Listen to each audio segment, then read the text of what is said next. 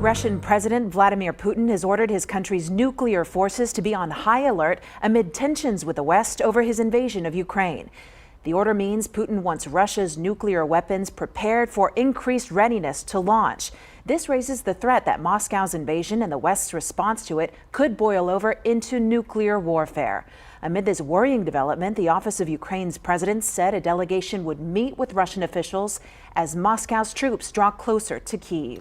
And Russian troops are continuing their march across Ukraine, but so far the nation's capital, Kyiv, is not yet the site of a full-scale takeover. While Kyiv is under curfew until tomorrow morning, Russia unleashed a new wave of attacks overnight as the invasion enters its fourth day. Elise Preston has the latest.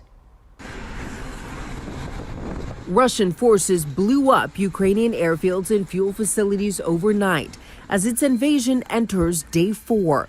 There are reports of street fighting in Ukraine's second largest city, Kharkiv. On Saturday, a missile struck a high-rise apartment building in the capital city of Kyiv. The Russian troops continue the severe shelling of both military infrastructure, but also civilian objects. Cyber attacks also against the websites of the governmental institutions continue. Ukraine's president is vowing not to surrender. But for Ukrainian citizens, the situation is becoming desperate.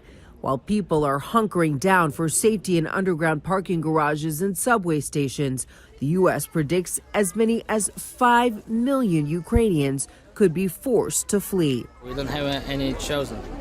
We must do this something for survival. The U.S. has pledged an additional $350 million in military aid, and the U.S., U.K., and European Union are blocking certain Russian banks from the SWIFT global financial messaging system. Save Ukraine!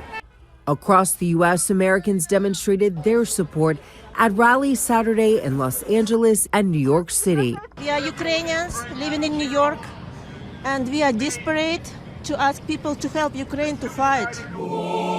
And a Ukrainian chorus opened Saturday Night Live last night, singing Prayer for Ukraine, flanked by a table with candles spelling the word Kyiv, Ukraine's capital, and sunflowers, Ukraine's national flower. Elise Preston, CBS News, New York. Now, an estimated 368,000 Ukrainians have fled their country. Ukraine's Interior Ministry says 352 Ukrainian civilians have been killed during Russia's invasion, and that includes 14 children. It says an additional 1,684 people, including 116 children, have been wounded.